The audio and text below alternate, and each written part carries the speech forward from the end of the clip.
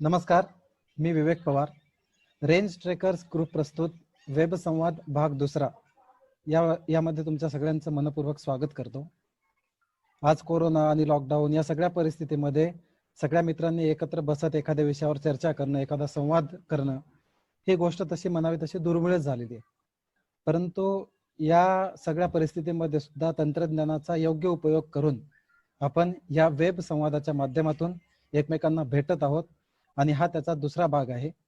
तर या दुसऱ्या भागामध्ये सर्वप्रथम तुझ्या सगळ्यांचं पुन्हा एकदा मी सहर्ष स्वागत करतो. या वेब संवादामध्ये आज आपल्यासोबत महाराष्ट्रातील वेगवेगळ्या भागातून 4 तरुण उपस्थित आहेत. सर्वप्रथम मी त्यांना विनंती करतो की प्रत्येकानं आपलं इंट्रोडक्शन द्यावा, थोडासा परिचय द्यावा. नमस्कार, मी विशाख आहे. मी परभणीहून आहे आणि या रेंज ट्रेकर्स आयोजित वेब संवादाच्या दुसऱ्या भागामध्ये मी या कार्यक्रमाचे होस्ट विवेकजी आणि त्यासोबतच माझे सहकारी धनंजय, योगेश्वर आणि प्राक्तन यांचं या ठिकाणी स्वागत करतो. नमस्कार, मी धनंजय रामराव बोबडे, शासकीय अभियांत्रिकी महाविद्यालय औरंगाबाद यातील मेकॅनिकल इंजिनिअरिंगचा विद्यार्थी आहे. मी राहणार सेलू, जिल्हा परभणी येथील आहे. नमस्कार, मी प्राक्तन पांडव, संभाजीनगर येथून शासकीय अभियांत्रिकी महाविद्यालय औरंगाबाद येथे तृतीय वर्षामध्ये स्थापत्य अभियांत्रिकीचे शिक्षण घेत आहे. नमस्कार, मी योगेश्वर महादेव ढेपे, शासकीय अभियांत्रिकी महाविद्यालय संभाजीनगरचा विद्यार्थी. सध्या शासकीय अभियांत्रिकी महाविद्यालयामध्ये मी अंतिम वर्ष विद्युत अभियांत्रिकीचं शिक्षण घेत आहे. शिवाजी महाराजांच्या विचारांचा जागर करण्यासाठी या वेब संवादमध्ये आपण आपल्या सर्वांचं मी सहर्ष स्वागत करतो. आपल्या विषयाला सुरुवात करण्यापूर्वी आपल्या महाराष्ट्रातील ज्यांनी स्वराज्य निर्माण केलं, तसेच आपल्या सर्वांचे छत्रपती शिवाजी महाराज, ज्यांनी स्वराज्य सांभाळलं, स्वराज्य पेरलं, छत्रपती संभाजी महाराज, आणि या दोनही महापुरुषांना घडविण्यामध्ये ज्यांचं प्रचंड योगदान आहे अशा आपल्या सर्वांच्या राजमाता जिजाऊ आऊसाहेब, या तीनही महापुरुषांना आपण सर्वप्रथम विनम्र अभिवादन करूया आणि आपल्या वेब संवादाला सुरुवात करूया. या अनुषंगाने आपण एक विषय निवडलेला आहे, तो म्हणजे छत्रपती शिवाजी महाराज काल, आज आणि उद्या. आपण बघायला गेलं तर छत्रपती शिवाजी महाराजांचे हे रूप आपल्याला बघायला मिळतात.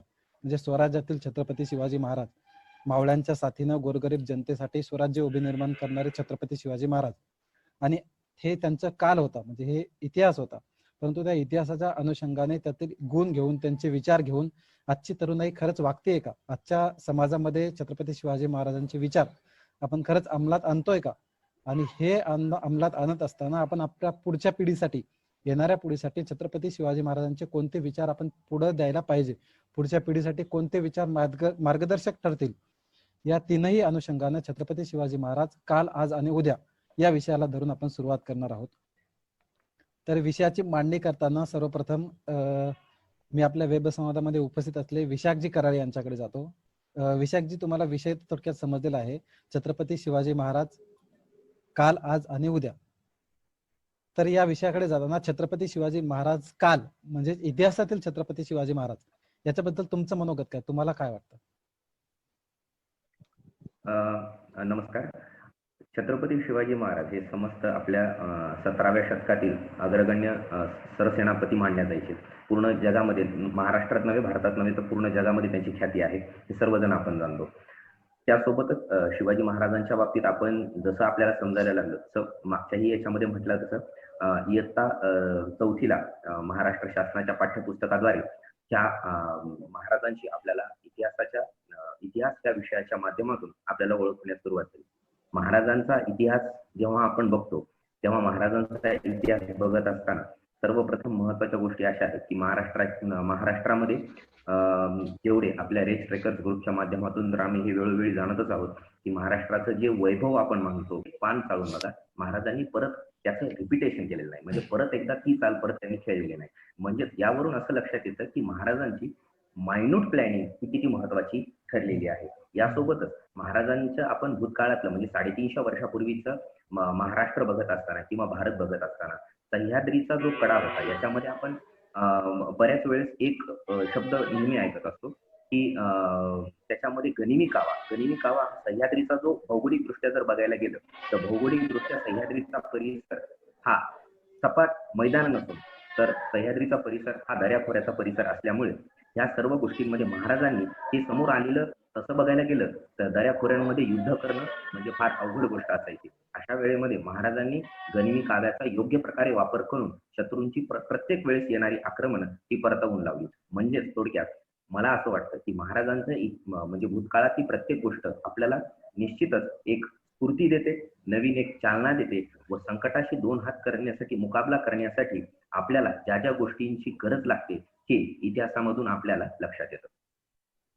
बरोबर आहे. तुम्ही खूप अतिशय मोजक्या शब्दामध्ये आणि खूप चांगल्या शब्दामध्ये छत्रपती शिवाजी महाराज यांचं इतिहासातील स्थान, त्यांचं महत्त्व किंवा त्यांचे गुणवैशिष्ट्य अतिशय चांगल्या प्रकारे मांडलेले आहेत. यानंतर मी धनंजय भाऊ तुम्हाला विनंती करतो की तुमच्या अभ्यासातील छत्रपती शिवाजी महाराज यांचं इतिहासातील स्थान किंवा इतिहासातले छत्रपती शिवाजी महाराज हे तुम्ही कसे बघता त्यांच्याकडे? धनंजय भाऊ.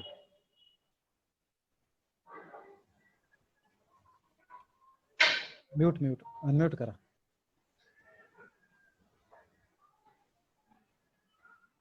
तर सर्व येतोय का आवाज? हॅलो. हो.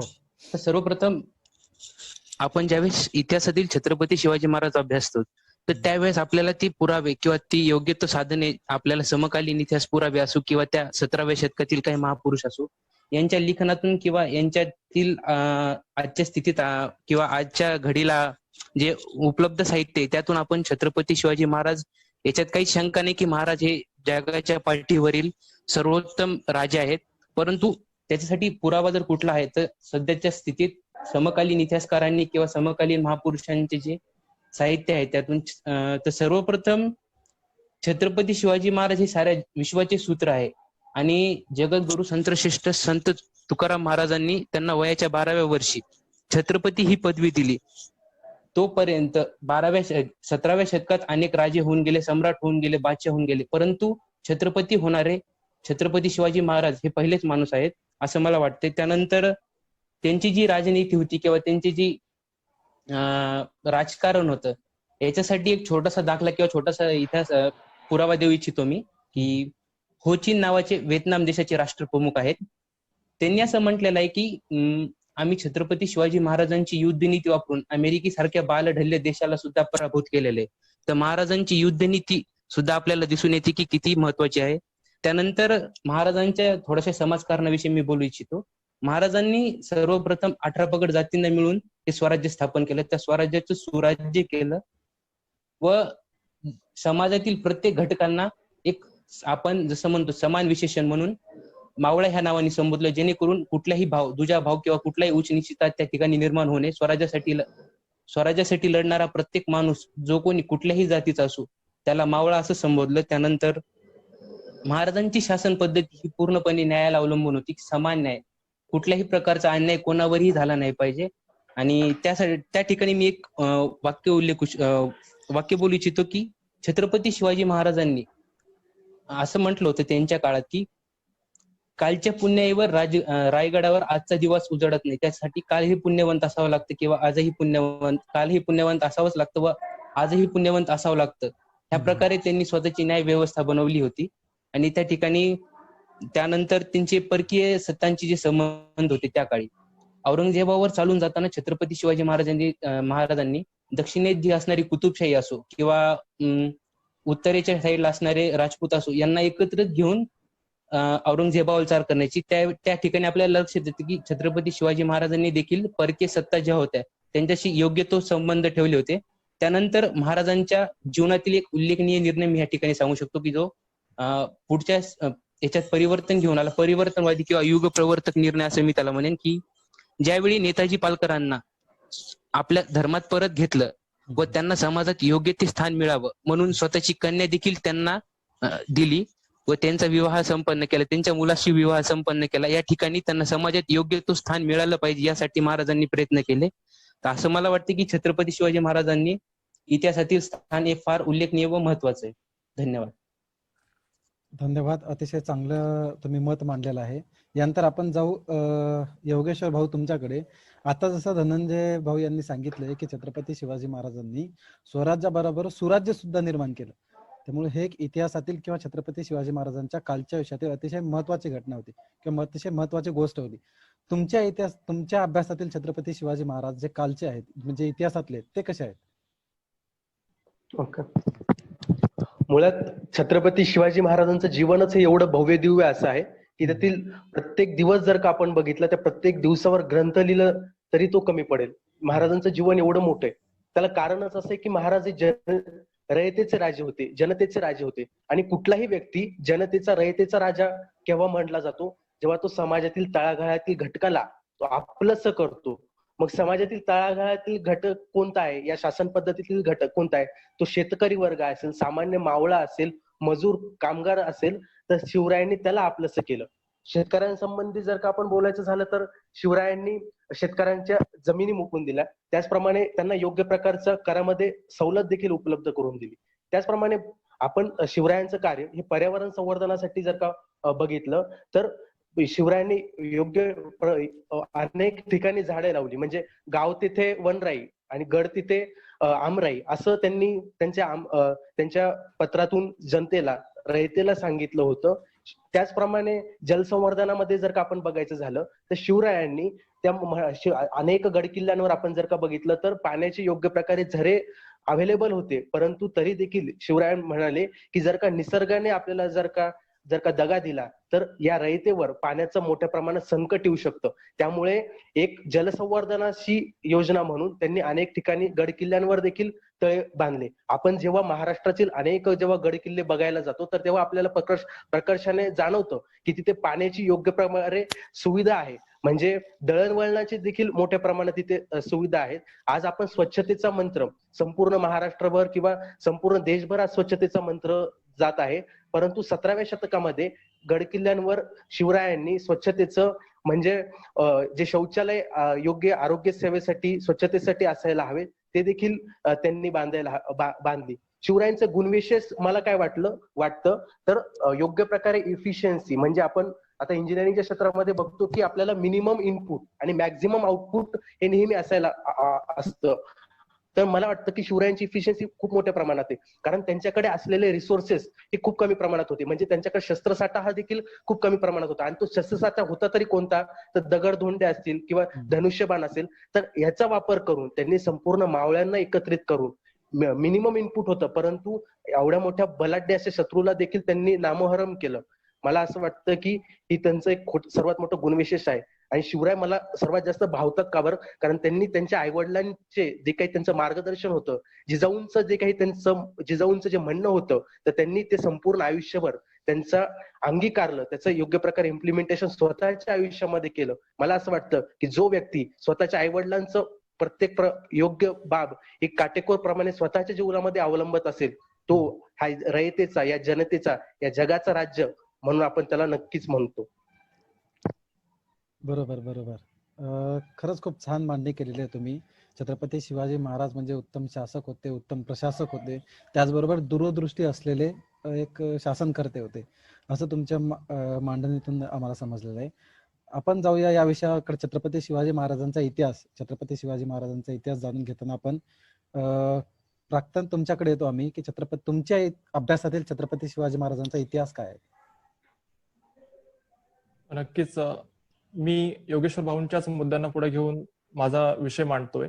त्यासाठी आपल्याला अगोदर छत्रपती शिवाजी महाराजांचं त्या काळामध्ये काय महत्व होतं, कारण 350 वर्षानंतर छत्रपती शिवाजी महाराज आजही त्यांचं बद्दलचं आमच्या हृदयातलं स्थान आजही तिळभर पण कमी का होत नाही, उलट ते अधिकाधिक वाढत का जातं, हे आधी समजून घेणं गरजेचं आहे.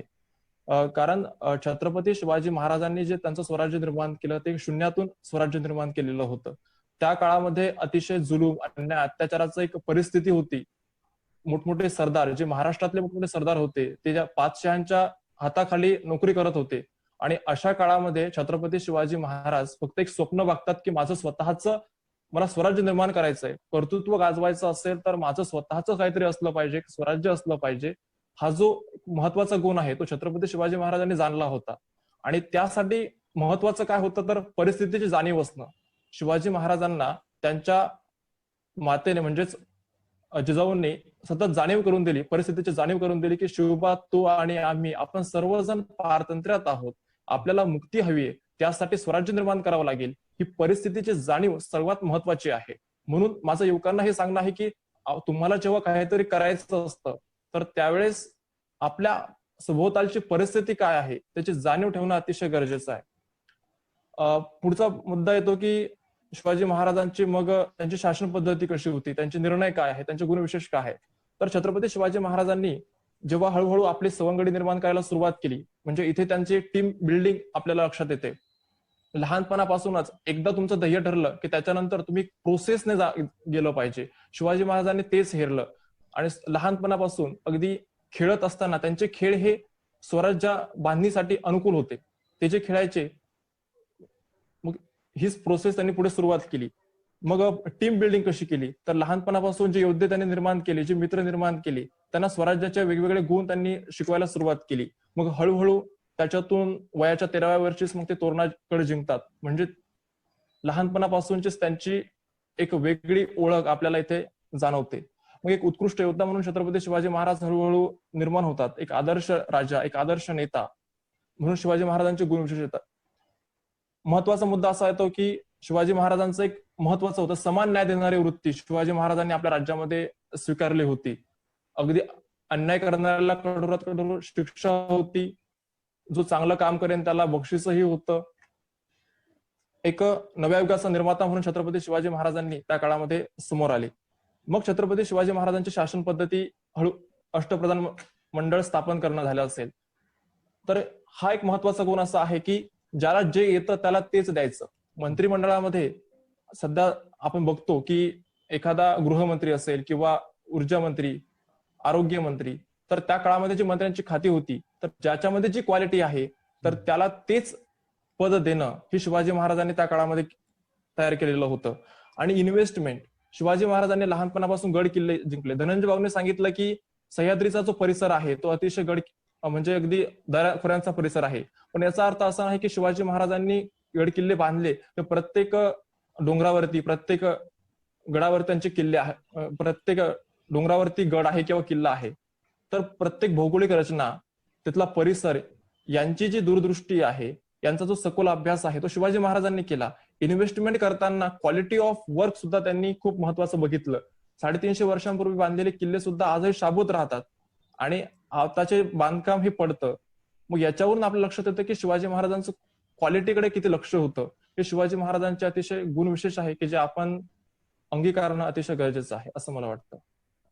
बरोबर बरोबर. धन्यवाद. वेब संवादामध्ये छत्रपती शिवाजी महाराज काल, आज आणि उद्या या विषयावर आपण जात असताना छत्रपती शिवाजी महाराज, कालचे छत्रपती शिवाजी महाराज, इतिहासातले छत्रपती शिवाजी महाराज यावर तुम्ही सर्वांनी अतिशय विस्तृत आणि अतिशय चांगल्या प्रकारे तुमचं मत मांडलेलं आहे.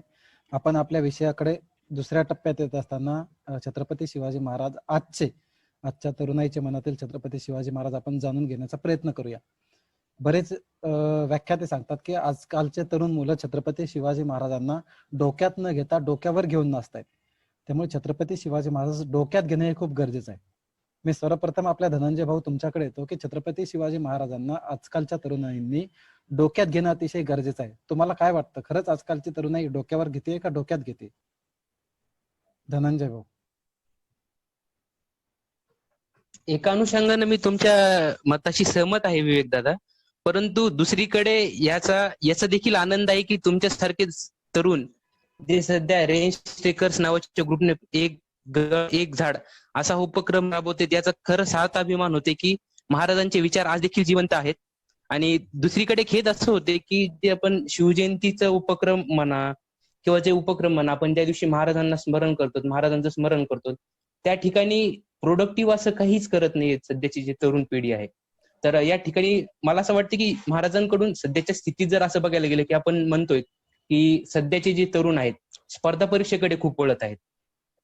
तर स्पर्धा परीक्षेच्या दृष्टीने लागणाऱ्या ज्या 2-3 गोष्टी आहेत, संयम आहे, त्यानंतर डिसिजन मेकिंग आहे, कशा प्रकारे असली पाहिजे, यासाठी देखील महाराजांचे जे जीवनातील प्रसंग आहेत ते देखील खूप मार्गदर्शक ठरतात. सर्वप्रथम महाराजांच्या जर संयमाविषयी बोलायला गेलं तर ज्यावेळेस सिद्धी जोहरनं महाराजांना 8 महिन्यासाठी वेढा दिलता पन्हाळा किल्ल्यावर, त्या ठिकाणी त्यांनी त्यांचा संयम दाखवला. 8 महिन्यापर्यंत संयम काढणं. आपण सध्या लॉकडाऊनच्या स्थितीमध्ये 3 महिने घरी बसलं तर आपल्याला कधी बाहेर निघाल असं होते, तर महाराजांनी त्यावेळेस 8 महिने गडावर काढले व तिथून योग्य प्रकारे सुटका होऊन परत स्वराज्यात आले. त्याच्यावरून आपल्याला महाराजांचा संबंध कळतो. त्यानंतर दुसरा प्रश्न डिसिजन मेकिंग म्हटलं तर डिसिजन मेकिंग बद्दल बोलायला गेलं तर ज्या वेळेस छत्रपती शिवाजी महाराजांना आग्र्यावरून सुटका केली औरंगजेबाच्या नगरीमधून, आग्रा ह्या नगरीतून एकही सैनिक, एकही प्राणी किंवा त्यांच्या एकही उंट किंवा एकही घोड्याला इजा न पोहोचता सर्वची सर्व परत आणणं, यासाठी खूप मायन्यूट लेवलचं मॅनेजमेंट लागतं व डिसिजन मेकिंग लागतं. तर मला वाटते की हे आजच्या तरुणाईनं छत्रपती शिवाजी महाराजांकडून शिकलं पाहिजे. त्यानंतर दुसरी एक गोष्ट की आजच्या स्थितीत आपण असं बघतोय की खूप प्रकारे अपयशाला सामोरे जाताना तरुण लोक अंधश्रद्धेकडे खूप वळत आहेत. आजची युवक अंधश्रद्धेला खूप लोक बळी पडत आहेत की लक फॅक्टरकडे किंवा सासू. पण महाराजांनी त्यांच्या आयुष्यात फक्त कर्म हा श्रेष्ठ धर्म मांडलेला आहे. त्यांचा फक्त त्यांच्या कर्तृत्वावर विश्वास होता, स्वतःच्या कर्मावर विश्वास होता, हे म्हणायचंय मला. त्यानंतर कठोर शासन पद्धती, महाराजांची जी कठोर शासन पद्धती होती की आपण एक ठिकाणी बघतोय की आजकाल खूप तेवढी कठोर शासन पद्धती बघता येत नाही, जेणेकरून गुन्हे करण्याची जी तरुणाईतील प्रवृत्ती आहे ती पुन्हा पुन्हा पुढे येत आहे. तर एक उदाहरण देऊ इच्छितो की छत्रपती शिवाजी महाराजांनी ज्यावेळेस छत्रपती संभाजी महाराजावर देखील प्रश्न उपस्थित केले तर त्यांच्यावर देखील निवाडे चालवले. ही महाराजांची कठोर निर्णय क्षमता होती व शासन पद्धती होती. तर मला वाटते की हे आजच्या स्थितीला आपण सर्वांनी स्मरण करणं फार गरजेचं आहे. त्यानंतर महाराजांचा जो आपण म्हटलं अंधश्रद्धेचा मुद्दा, तर महाराजांच्या अनेक ज्या मोहिमा आहेत ह्या अमावस्येच्या रात्री असायच्या. आपण जे आपल्या हिंदू धर्म संस्कृतीनुसार अमावस्याला खूप तर तेवढं हे की बाहेर निघालं नाही पाहिजे, परंतु महाराजांनी तिथे बळी न पडता ती युद्धनीती वापरली. त्याला युद्धनीती ती विकनेसला कसं आपण स्ट्रेंथ मध्ये कन्वर्ट करू शकतो याचं देखील हे महत्वाचं उदाहरण आहे असं मला वाटतंय. धन्यवाद. बरोबर. तुमचाच मुद्दा पुढे घेऊन जाताना किंवा हा विषय पुढे घेऊन जाताना मी विशालजी तुमच्याकडे येतो. जसं की त्यांनी आता छत्रपती शिवाजी महाराजांचे विचार सांगितले, छत्रपती शिवाजी महाराजांचे गुणधर्म सांगितले, तर त्या विचारांवर पालन करताना आजची तरुणाई कुठेतरी गोंधळली आहे का, किंवा त्या विचाराच्या बाहेर कुठेतरी जाऊन छत्रपती शिवाजी महाराज समजून घेताना आपली गफलत होती असं वाटतं का आजच्या तरुणाईबद्दलची? सर्वप्रथम एक तर शिवाजी महाराज आणि आजचा तरुण ह्या दोन गोष्टींची सांगड घालत असताना काही गोष्टी इथे मला नमूद कराव्या वाटतात की ज्या तरुणाईशी संबंधित असू द्या किंवा परत एकदा आबालवृद्ध असू द्या.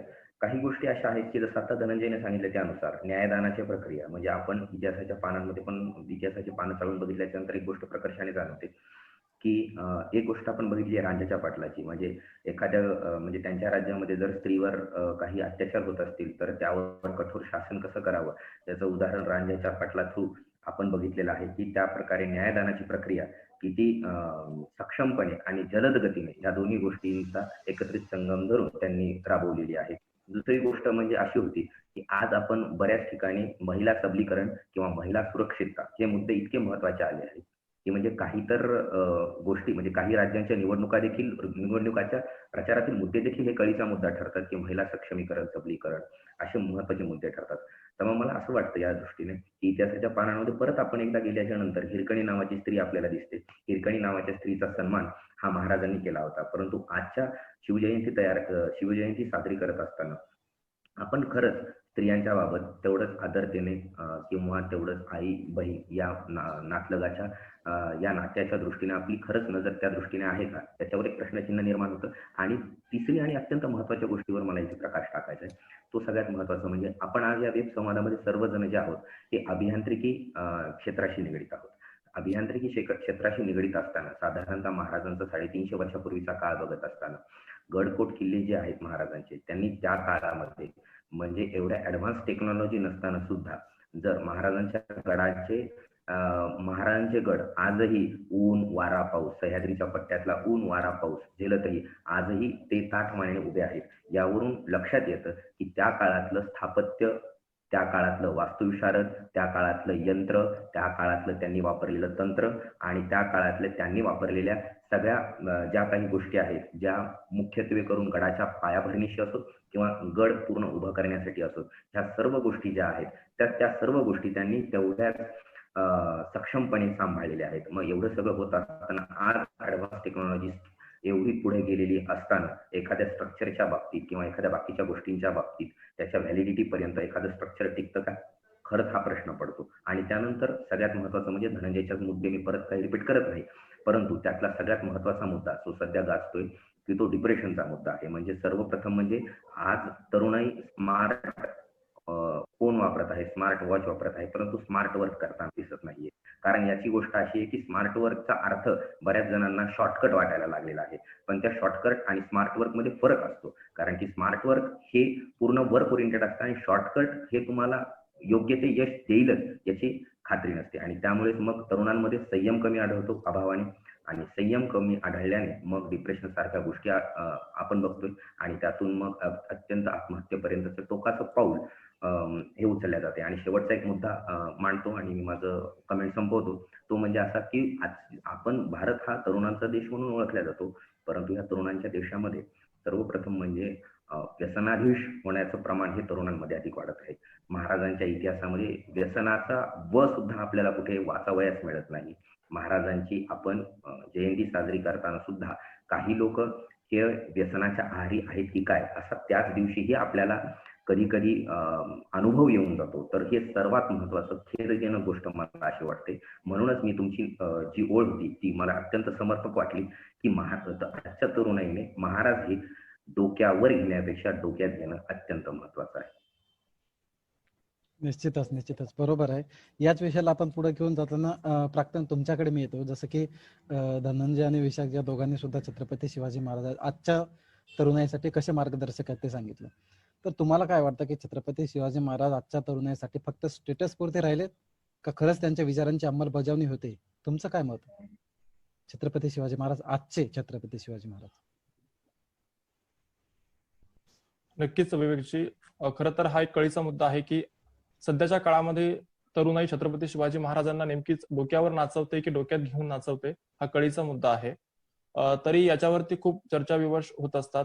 आपल्याला असं लक्षात येतं की आता जी तरुणाई आहे ती छत्रपती शिवाजी महाराजांसारखी दाढी ठेवण्याचा प्रयत्न करते, त्यांच्यासारखी चंद्रकोर ठेवण्याचा प्रयत्न करते, म्हणजे छत्रपती शिवाजी महाराजांचा लुक स्वतःला देण्याचा प्रयत्न करते. मग कुठेतरी असं वाटायला लागतं की छत्रपती शिवाजी महाराजांची विचारांची कुठेतरी कुटंबना होते का? पण तसं नाहीये.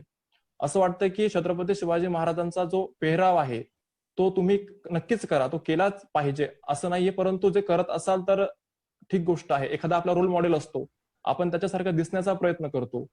म्हणून जे व्यक्ती, जे तरुणाई सध्या छत्रपती शिवाजी महाराजांसारखं दिसण्याचा प्रयत्न करते, तर याच्यामध्ये मला वैयक्तिक वाटतं की चुकीचं नाहीये. पण त्याच्या सोबतच आपण छत्रपती शिवाजी महाराज हे फक्त एक बाह्य अंगाने न बघता छत्रपती शिवाजी महाराजांच्या विचारांना सुद्धा आपल्या शरीरामध्ये समाविष्ट करून घेतल्या पाहिजे. आणि त्यांच्या प्रेरणेनं आपण आपला प्रत्येक जीवनाचा प्रत्येक क्षण व्यतीत केला पाहिजे असं मला वाटतं. आता यासाठी आजच्या तरुणाईनं छत्रपती शिवाजी महाराजांचे नेमके कोणते गुण घेतले पाहिजे आणि ते आपल्या जीवनात कसे उतरवले पाहिजे हे गरजेचं आहे. कारण छत्रपती शिवाजी महाराजांनी काळ्या कुट्ट अंधारामध्ये, जसं धनंजय भाऊने सांगितलं की ते प्रत्येक गडकिल्ले ताब्यात घेताना अमावस्येची दिवस निवडायचे, अगदी त्याच पद्धतीने म्हणजे काळ्या कुट्ट अंधारामध्ये आपली दिशा ठरवून वाट काढत संकटे आलेली असताना सुद्धा डगमगून न जाता त्यावरती मात करत ते पुढे जायचे. बलाढ्य शत्रूंशी अगदी आपल्या तुटपुंज्या बळानं ते झुंज द्यायचे. आपलं सामर्थ्य त्यामध्ये वाढवत जायचं, सहकार्यांना उत्साह देणं असेल, शत्रूंना सतत झुकवणं असेल आणि त्यातूनही यश मिळवणं हे शिवाजी महाराजांचे अतिशय मोलाचे गुण होते. छत्रपती शिवाजी महाराजांचा एक महत्वाचा गुण जो की सांगावंसं वाटतो की स्टार्टअप आहे. छत्रपती शिवाजी महाराजांनी वयाच्या 13व्या वर्षी तोरणा किल्ला जिंकला.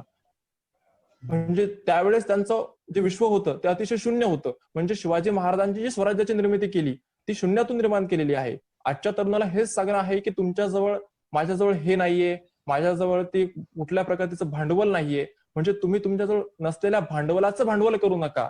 छत्रपती शिवाजी महाराजांचा हा गुण लक्षात घ्या की शून्यातून शिवाजी महाराजांनी एवढं मोठं स्वराज्य निर्माण केलेलं आहे. आजच्या काळामध्ये तर आपल्याला विविध टेक्नॉलॉजी, वेगवेगळ्या संधी उपलब्ध झालेल्या आहेत. त्यामुळे कुठल्याच गोष्टीचा बाऊ करू नका आणि अधिक जोमानं आपल्या म्हणजे ध्येयावरती फक्त लक्ष केंद्रित करा. कारण शिवाजी महाराज एक आदर्श नेता होते, आदर्श राजा होते, एक उत्कृष्ट योद्धा होते. आजच्या काळामध्ये सुद्धा प्रत्येकाला एक योद्धा बनणं गरजेचं आहे. कारण सध्याचा जो काळ आहे तर प्रचंड धावपळीचा आहे. स्पर्धा परीक्षांचं एक खूप मोठं एक आंतरजाल सध्या पसरलेलं आहे. त्याच्यामध्ये बरेच मुलं सध्या खरंच खूप डिप्रेशन मध्ये येतात. तर शिवाजी महाराजांचे संयम, शिस्तप्रिय, कामावरती प्रेम, कामावरची निष्ठा हे गुण आजच्या तरुणाईनं अधिकाधिक आपल्या अंगामध्ये रुजवणं गरजेचं आहे असं मला वैयक्तिक वाटतं. धन्यवाद. बरोबर बरोबर, अतिशय मुद्देसूद तुम्ही. आणि हाच मुद्दा घेऊन, हाच विषय घेऊन आपण आपले योगेश्वर भाऊ तुमच्याकडे आम्ही येतो की छत्रपती शिवाजी महाराज, आजच्या तरुणाईच्या मनातील छत्रपती शिवाजी महाराज किंवा आजच्या काळातील छत्रपती शिवाजी महाराज तुमच्या अभ्यासातले कसे आहेत छत्रपती शिवाजी महाराज आजच्या काळातील? आजच्या काळामध्ये बघत असताना मला असं वाटतं की तरुणांबरोबरच समाजामध्ये मी जेव्हा छत्रपती शिवाजी महाराज बघतो तेव्हा असं मला प्रकर्षाने जाणवतं की विविध जे महापुरुष आहेत, मग महात्मा फुले असतील, छत्रपती शिवाजी महाराज असतील, भारतरत्न डॉक्टर बाबासाहेब आंबेडकर असतील, अशा विविध महापुरुषांना आज या समाजाने अनपेक्षितपणे वाटून घेतलेले, ही मला सर्वात मोठी एक खंत वाटते. असं न होता आजचा जो तरुण आहे, म्हणजे आपल्या अगोदरच्या पिढीने जे केलं ते केलं, परंतु हा जो वर्ग आहे, आपली जी युवा पिढी आहे, हा मोठ्या प्रमाणात सुशिक्षित आहे. त्यामुळे मला असं वाटतं की या कुठल्याही बळी अशा मोहाला किंवा समाज घटकात समाज तोडण्याला मार्ग न लागता समाज जोडण्यासाठी आपण सर्वांनी एकत्र यायला हवं. त्याचप्रमाणे छत्रपती शिवाजी महाराजांनी आपण जसं म्हणलं की इतिहासामध्ये वृक्षारोपण केलं, परंतु आज आपण जेव्हा बघतो की जेव्हा पावसाळा येतो तेव्हा आपण एखादं झाड लावण्याचा प्रयत्न करतो. जगद्गुरु तुकोबारायाने आपल्याला सांगितलं की वृक्षवल्ली आम्हा सोयरे वनचरे. छत्रपती शिवाजी महाराजांनी त्यांच्या काळामध्ये त्याचं अगदी काटेकोरप्रमाणे पालन केलं, परंतु आजची तरुण आहे, आजचा समाज हा फक्त सेल्फीसाठी एक वृक्षारोपण म्हणून बघतो. तर मला असं वाटतं की असं न करता आपण तुकोबारायांनी जसं सांगितलं तसं योग्य प्रकारे त्याची अंमलबजावणी देखील करायला हवी. त्याचप्रमाणे शिवाजीरायांनी शत्रू, त्यांचं संकट, येणारं संकट कितीही मोठं का असाना, परंतु त्याचं योग्य प्रकारे त्याचा लढा दिला व त्याच्यावर कधी अपयश आलं परंतु त्याच्यामधून खचून न जाता योग्य प्रकारे यशाकडे त्यांनी वाटचाल चालूच ठेवली. तर आजच्या तरुणांनी हे लक्षात घ्यायला पाहिजे की संकट कितीही मोठा असतो ना, परंतु आपण त्याला योग्य प्रकारे त्याचा सामना देखील करायला हवा. आज गड किल्ल्यांचं संवर्धन मला असं वाटतं की सर्वात मोठा आज कळीचा मुद्दा बनलेला आहे. तर शिवरायांचे जे आपल्याला एक देणगी दिलेली आहे, ज्याच्यातून आपल्याला स्थापत्य अभियांत्रिकीच्या विद्यार्थ्यांना देखील खूप मोठ्या गोष्टी शिकण्यासारख्या आहेत, त्याचं गड किल्ल्यांचं संवर्धन आपण प्रकर्षाने करायला देखील हवं, असं हेच मला असं वाटतं. बरोबर, छत्रपती शिवाजी महाराजांचं आजचं किंवा आजच्या तरुणाईच्या मनातील स्थान तुम्ही अतिशय मुद्देसूद मांडणी केलेली आहे. त्यानंतर आपला जो विषय होता छत्रपती शिवाजी महाराज काल, आज आणि उद्या, या विषयाच्या शेवटच्या मुद्द्याकडे आपण जाऊया की म्हणजे उद्याच्या काळातील किंवा येणाऱ्या पिढीसाठी छत्रपती शिवाजी महाराज कसे असतील, त्यांचे विचार कशा पद्धतीने अंमलात केले पाहिजे, या विषयाकडे जाताना मी सर्वप्रथम सुरुवात करतो विशाखजी कराळे तुमच्यापासून. छत्रपती शिवाजी महाराज उद्या, जे उद्याच्या काळातील किंवा येणाऱ्या पिढीसाठी छत्रपती शिवाजी महाराज कशा पद्धतीनं असायला पाहिजे, म्हणजे आत्ताच्याच पिढीसाठी जर छत्रपती शिवाजी महाराजांचं आपण जसं आत्ता डिस्कशन केलं त्याप्रमाणे जर असतील तर भविष्यात काय लिहिलेलं आहे, तुम्हाला काय वाटतं की कशा पद्धतीने असायला पाहिजे?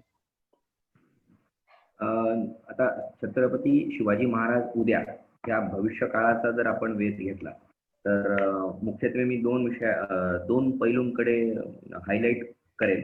एक महत्वाचं म्हणजे एक काही दिवसापूर्वी एक गोष्ट माझ्या वाचनात आली की 24 देशांमधील 5,000 लोक एक इंटरनेटवर शिवभक्त म्हणून होते की ज्याच्यावर ई व्यासपीठ होतं आणि त्यावर विषय होता की पावनखिंडीचा रणसंग्राम.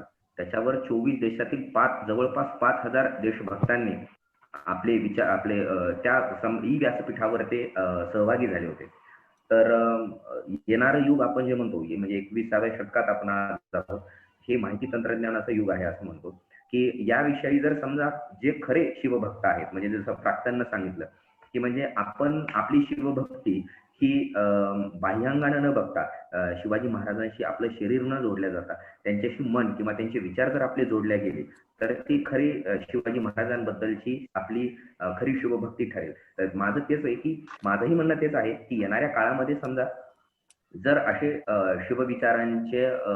शिवविचारांसाठी ई व्यासपीठ जर होत गेले, म्हणजे जो प्रकार काही दिवसांपूर्वी आता मी तुम्हाला सांगितला की जो ई व्यासपीठाचा प्रकार झाला, तसे ई व्यासपीठ येणाऱ्या काळामध्ये जर याचे उपक्रम जर जास्त प्रमाणात निर्माण करता आले तर ते एकदम व्यवस्थित ठरेल. त्यानंतर हिरकणीचा सन्मान करणं, म्हणजे महाराजांनी हिरकणी या दृष्टीने की महाराजांनी हिरकणींचा जसा सन्मान केला होता तर येणाऱ्या काळामध्ये की महिलांचा सन्मान करणं हे फार महत्वाचं राहील. म्हणजे जेणेकरून महिला सबलीकरण, महिला सक्षमीकरण हे मुद्दे नव्याने परत परत तेच तेच चर्चेत यायला नकोत.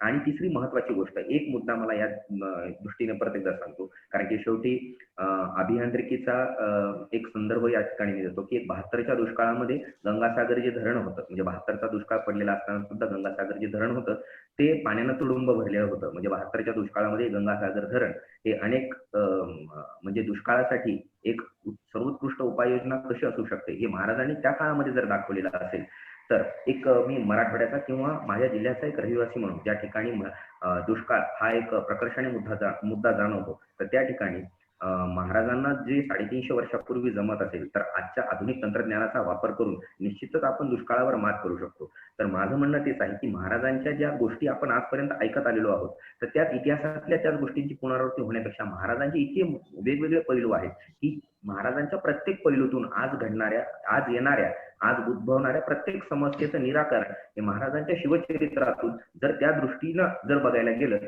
तसा दृष्टिकोन जर असेल, तर निश्चितच त्या पद्धतीचं योग्य असं सोल्युशन आपल्याला मिळू शकतं. बरोबर बरोबर. याच मुद्द्याकडे पुढे जाताना प्राक्तन तुझ्याकडे आम्ही येतो की छत्रपती शिवाजी महाराजांचं उद्याचं स्वरूप कसं असेल किंवा येणाऱ्या पिढीसाठी छत्रपती शिवाजी महाराज कशा पद्धतीने असायला पाहिजे. आता आपण बघतो की साध्या मोबाईलवरून आपण स्मार्टफोनवर आलो किंवा शाळेत जाणारा विद्यार्थी आता घरी बसल्या बसल्या शाळा शिकतोय.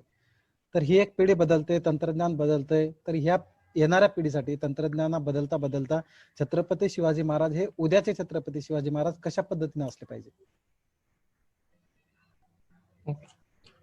विवेकजी, यासाठी आपल्याला अगोदर एक महत्वाचा मुद्दा लक्षात घेणं गरजेचं आहे की जेव्हा आपण एखाद्या भविष्याचा विचार करतो तर आपलं भविष्य हे आपल्या वर्तमानासोबत जोडलेलं असतं.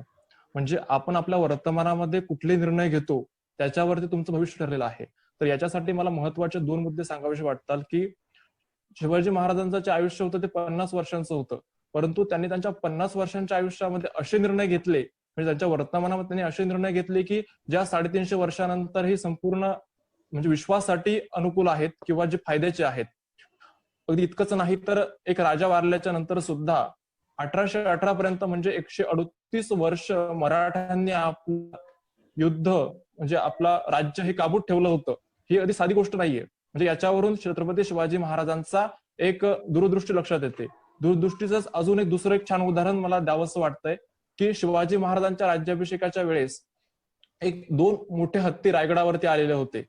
त्यावेळेस एका इंग्रज अधिकाऱ्यांनी बघितलं की हे 2 मोठे हत्ती एवढे मोठे रायगडावरती, कारण रायगडाची उंची 2700 फूट आहे, तर 2700 फुटावरती 2 मोठे एक बलाढ्य हत्ती कसे येऊ शकतात. मला एकट्याला हा गड चढताना एवढा थकवा आला, केवढा शीण आला, हे आणले कसे असतील.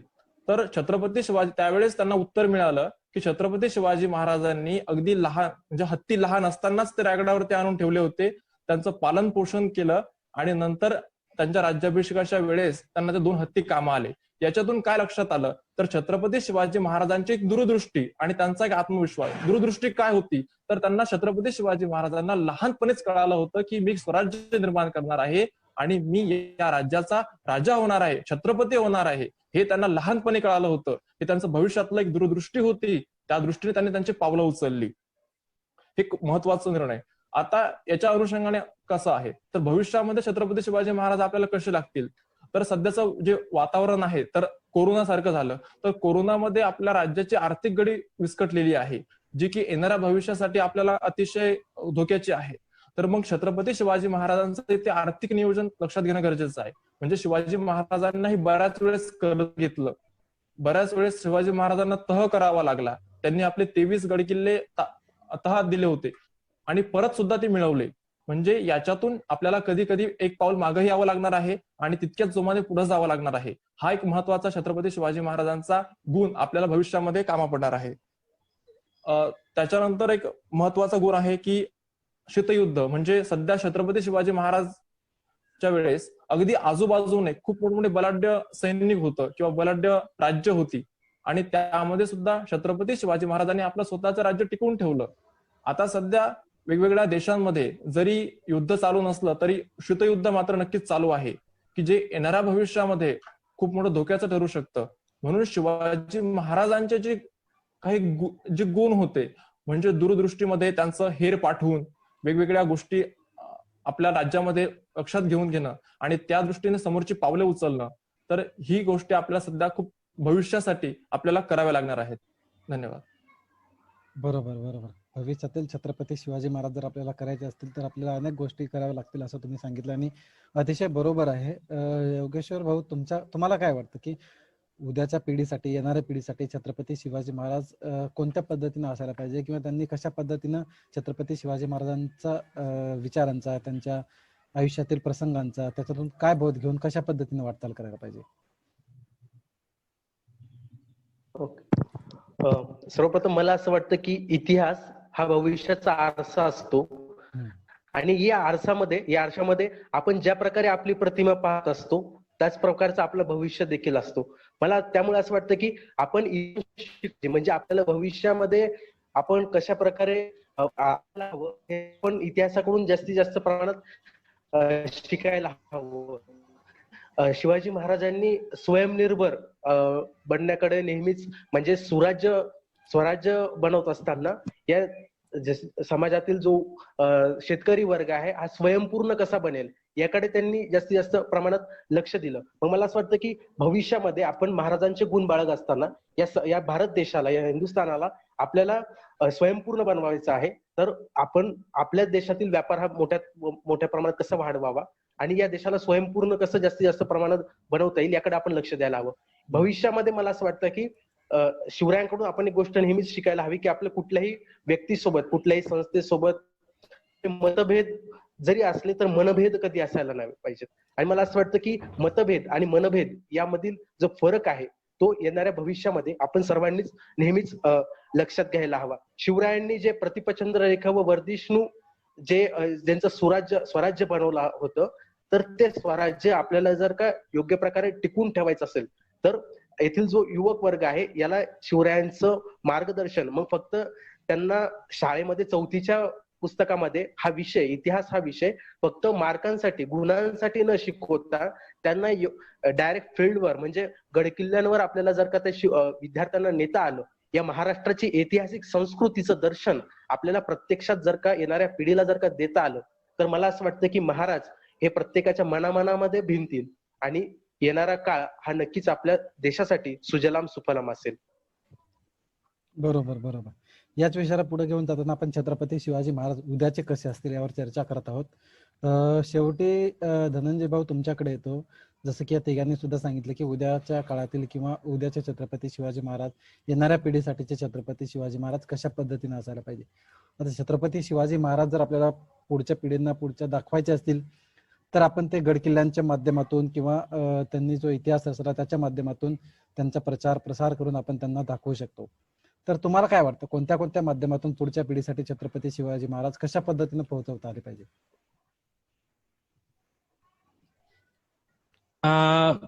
धन्यवाद विवेकजी. मी छत्रपती शिवाजी महाराज उद्या त्यांचा सर्वप्रथम मी तुम्हाला हे सांगू इच्छितो की छत्रपती शिवाजी महाराज ही कोणची व्यक्ती नसून तो एक विचार आहे. तो कालही होता, आजही आहे, उद्याही जिवंत राहणार आहे. तर उद्याच्या स्थितीत आपल्या पुढे असतील काय आव्हानं असतील त्या दृष्टीने मी काही संक्षिप्त रूपात मुद्दे मांडू इच्छितो की दूरदृष्टी, सर्वप्रथम दूरदृष्टी. तर जसं की प्राकाने सांगितलं की छत्रपती शिवाजी महाराजांची दूरदृष्टी कशा प्रकारे होती, तर नुकत्याच काही दिवसांपूर्वी 10वी-12वी चा निकाल लागलाय. छत्रपती शिवाजी महाराजांनी ज्यावेळेस स्वराज्याचं तोरण बांधलं त्यावेळेस त्यांचं वय 16 वर्ष होतं आणि आताच्या स्थितीला 10वीला असणाऱ्या विद्यार्थ्यांचं वय देखील 16 वर्ष आहे. तर छत्रपती शिवाजी महाराजांची 400 वर्षापूर्वी जर दूरदृष्टी असतील तर सगळ्यांनी ते अंगीकारलं पाहिजे की यांना कुठल्या गोष्टीसाठी वाव आहे आणि त्या दृष्टीने स्थितीत काय केलं पाहिजे. हा देखील उद्याच्या स्थितीतला महत्वाचा विषय आहे सध्याच्या 10वी-12वीच्या विद्यार्थ्यांसाठी.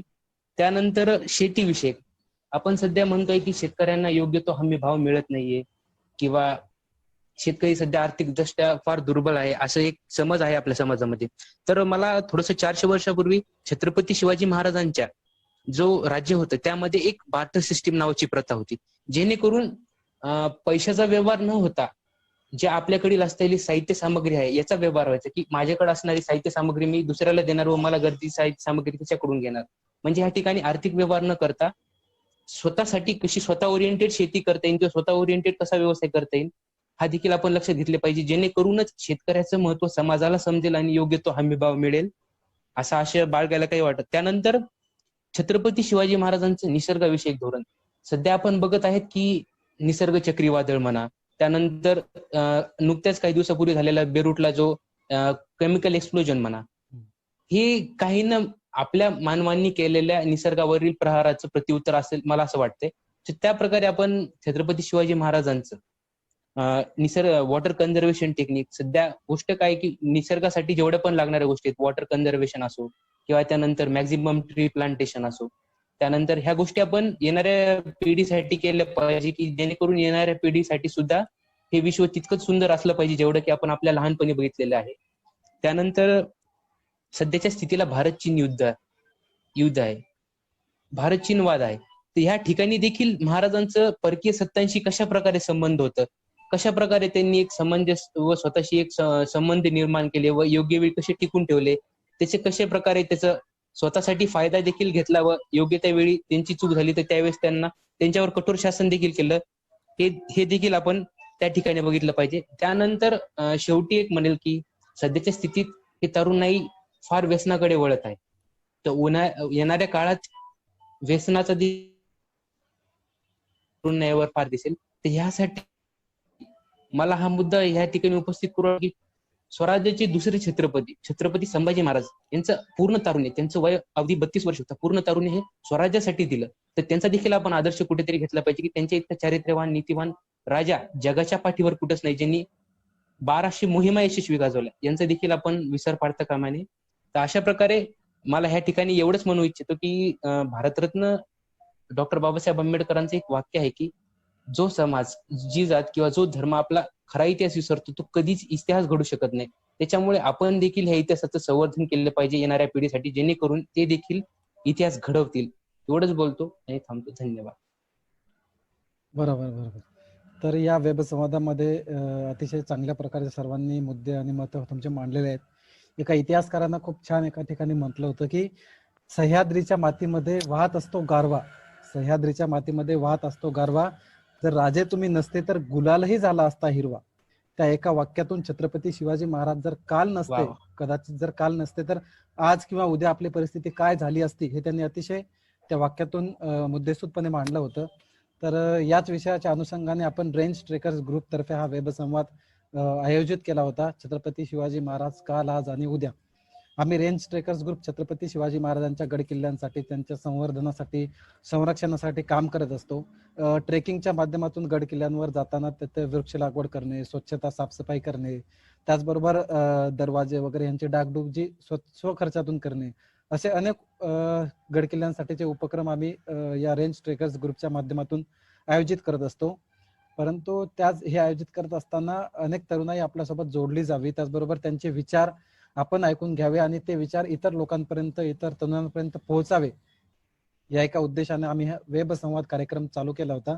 आणि त्याच्या या दुसऱ्या भागामध्ये छत्रपती शिवाजी महाराज काल, आज आणि उद्या या विषयावरती तुम्ही सर्वजण या विषयावर बोलण्यासाठी उपस्थित राहिलात. तुमचा वेळातला वेळ काढून तुमचा वेळ, अमूल्य असा वेळ या वेब संवादासाठी दिलात. या रेंज ट्रेकर्स ग्रुप तर्फे मी विवेक पवार तुमच्या सगळ्यांचं खरंच मनापासून आभार व्यक्त करतो. कारण वेळ अशी एक वस्तू, एक अशी गोष्ट आहे जे की सगळ्यांकडे समप्रमाणात उपलब्ध आहे, परंतु ती कुठं खर्च केली पाहिजे किंवा ती देताना अत्यंत विचार केला पाहिजे. आणि ही अतिशय आवश्यक असलेली वेळ तुम्ही या छत्रपती शिवाजी महाराजांच्या या विषयासाठी, आमच्या रेंज ट्रेकर्स ग्रुपसाठी, या वेब संवादासाठी दिलेली आहे. त्यामुळे पुन्हा एकदा मी तुमच्या सगळ्यांचं खरंच मनापासून आभार व्यक्त करतो. आणि या वेब संवादाला आपण इथेच सांगता करूया, इथे संपला असं मी जाहीर करतो. धन्यवाद. जय महाराष्ट्र. धन्यवाद.